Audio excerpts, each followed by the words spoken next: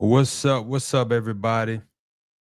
I'm going to be talking about um something that was on my heart to talk. Lord, if I can get this mic straight, I'm going to be talking about something that I think is very important. I'm going to be talking about conflict resolution and relationships. And the reason why I want to talk about this is because a lot of people who are in relationships don't know how to resolve conflict. And I think sometimes we make things too complicated and too difficult, and conflict continues to be ongoing, and it doesn't need to be. Um, but poor communication skills, poor conflict resolution skills, all of these things are silent killers to your relationship and especially to your marriage. Um, and some people believe that arguments are okay and arguments are normal, but I'm of the mindset that they're not needed. Arguments are not necessary. Arguments are a byproduct of two people refusing to listen, refusing to embrace the other person's perspective and consider it in a loving and compassionate and empathetic way, and truly listening to what they're saying and where they're coming from. So when people get into arguments, which is typically a byproduct of raising the voice, cussing, yelling, um, aggression, all these different types of things, it's just a byproduct of you not getting what you want, you not getting your way. And the more you don't get your way, the more you elevate. And so conflict resolution is a foundational skill that everybody has to learn when it comes to having a successful relationship or marriage. Understanding though, conflict is inevitable. Arguments are not. Conflict is inevitable. Every marriage, every relationship is going to face a disagreement, is going to face friction, is going to face expectations that don't get met, that needs to be talked about, that needs to be communicated, etc., etc. But the thing is, healthy conflict, um, well, let me say it a better way. Handling the conflict in a healthy way is always the key, right?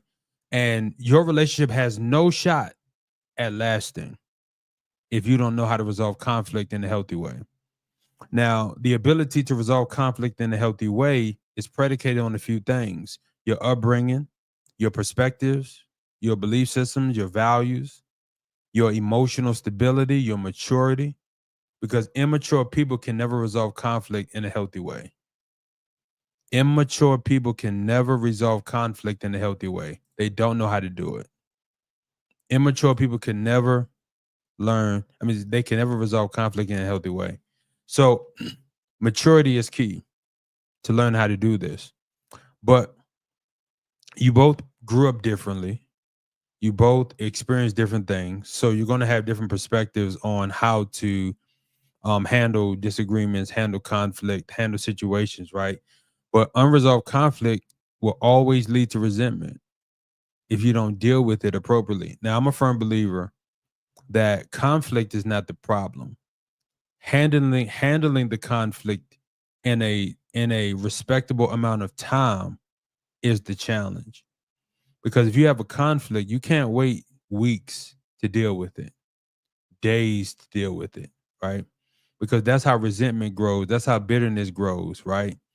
And bitterness grows where clarity is absent, okay? Resentment grows where clarity is absent. And so if we never fix the issue, or if we take forever to fix the issue or resolve the conflict, right?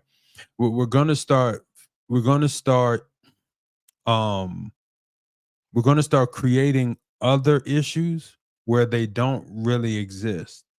And what I mean by that is, if me and my wife, for example, are in conflict over um the bills, if we don't deal with the bills conflict, then one day we're going to have conflict when it comes to the kids, or when it comes to our friends, or when it comes to family, because the unresolved, the unspoken tension, problems, resentment, bitterness, frustrations that are actually reserved for the subject matter of the bills are going to start coming out in other subject matters, right?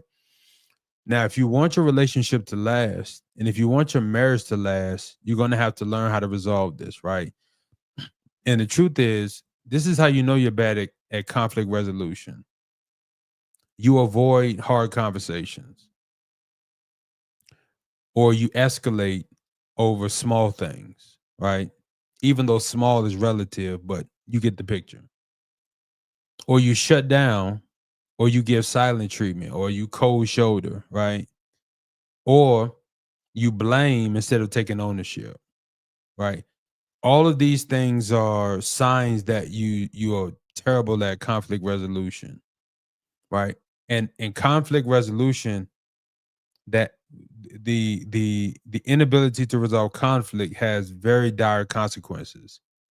And this is what makes the relationship hard to succeed when you don't know how to resolve conflict, because one of the first things that happens is emotional disconnect, where you start to feel like, man, we're not close anymore, we're not tight anymore, we don't see things the same anymore. And all of these things are actually exaggerations because of the situation, right? It's like um we start to fabricate these other ideologies because of this one small thing we're not dealing with. So that emotional disconnect that's inevitable when you don't resolve conflict the right way or in a healthy way or at all, you start to feel like you're not tight anymore, you're not close, there's no connection, and we don't have anything in common. You start to create things that don't really exist instead of just focusing on what the actual root issue is, the original issue. The other thing that begins to happen, which is a conflict, which is a consequence of not resolving conflict appropriately or in a timely manner, is insecurity starts to kick in. And that insecurity is a byproduct of feeling unstable within the situation, within the relationship, within the marriage, right? Now, many people have experienced this and they continue to experience this, but here's the problem. Here's the problem. Right? Here's the problem. When two people are unaware that they are not moving towards resolving the conflict, and instead they're moving further and further away from it, going into creating two and three other issues, that's where most people find it challenging. But here's how you prevent that. Somebody has to keep you both on topic. For example, you're talking, somebody's getting upset, somebody's getting frustrated, and they start going into other stuff. You say, hey, bring it back. We're talking about this. And then they go off again. No, we're talking about this. And then they try to deter off again because they're not recognizing that they're trying to change the subject and they're trying to connect dots to this and last week and last. No, stay on topic. Somebody in the relationship has to stay on topic if you're going to resolve one conflict at a time. But the thing is, you also start to lose respect, right, for each other when you can't resolve conflict. And when you start to lose respect for each other, you're getting in very dangerous territory to where sometimes it's hard to come back from losing respect for the person you're doing life with, right? But the good news is conflict resolution is a learned skill, right? This is the good news. You can always learn how to resolve a conflict. But again, maturity is the number one ingredient.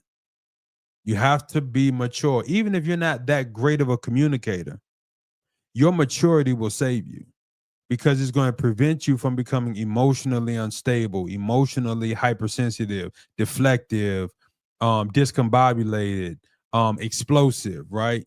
If you have maturity, which is connected to emotional stability, you can get away with not being the greatest communicator, because a lot of people think that the person they're with, because they can't communicate, that's creating the problem. But that's not really creating the problem. You just need patience with somebody who isn't a great communicator.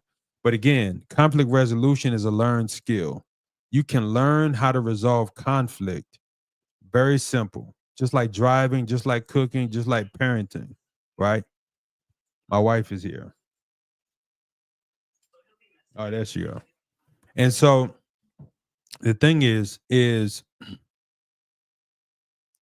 you're not gonna come in here?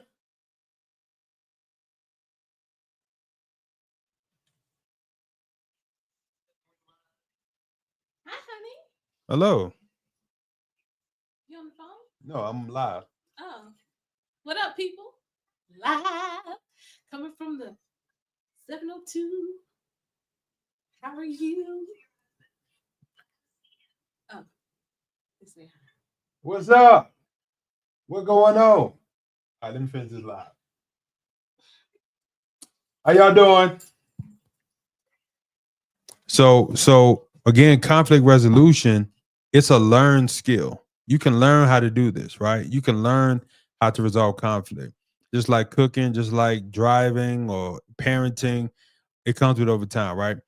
So the thing is the number one thing about learning how to resolve conflict is increase your maturity levels. How do you do that? Well, it's important to have a coach, a mentor, somebody who can help walk you through why you struggle with maturity. And then the second component, which is connected to maturity, is emotional stability, which is self control. If you can master those two things, you'll be able to resolve conflict very simple because you'll have the patience, even if it takes a little bit longer to resolve the conflict than necessary, right? You'll have the patience to do it, right? You'll have the self control to do it. You'll have the skill to listen and process, right? So understanding that, the last thing I want to share is this: when men and women are handling conflict in relationship, we must understand that women often need emotional safety and clarity, and men oftentimes need respect and space to process, right? Not saying that all women and all men are limited to that, but typically speaking, generally speaking, majority of women need the emotional safety in resolving the conflict, which comes along with the clarity, and men need the space to process. So both men and women must learn how to meet the other person's needs in the midst of the conflict that's being resolved, but the communication will always win out as long as you have the maturity and the emotional stability, which allows you to be patient with each other and really talk about the things that need to be talked about to resolve the conflict.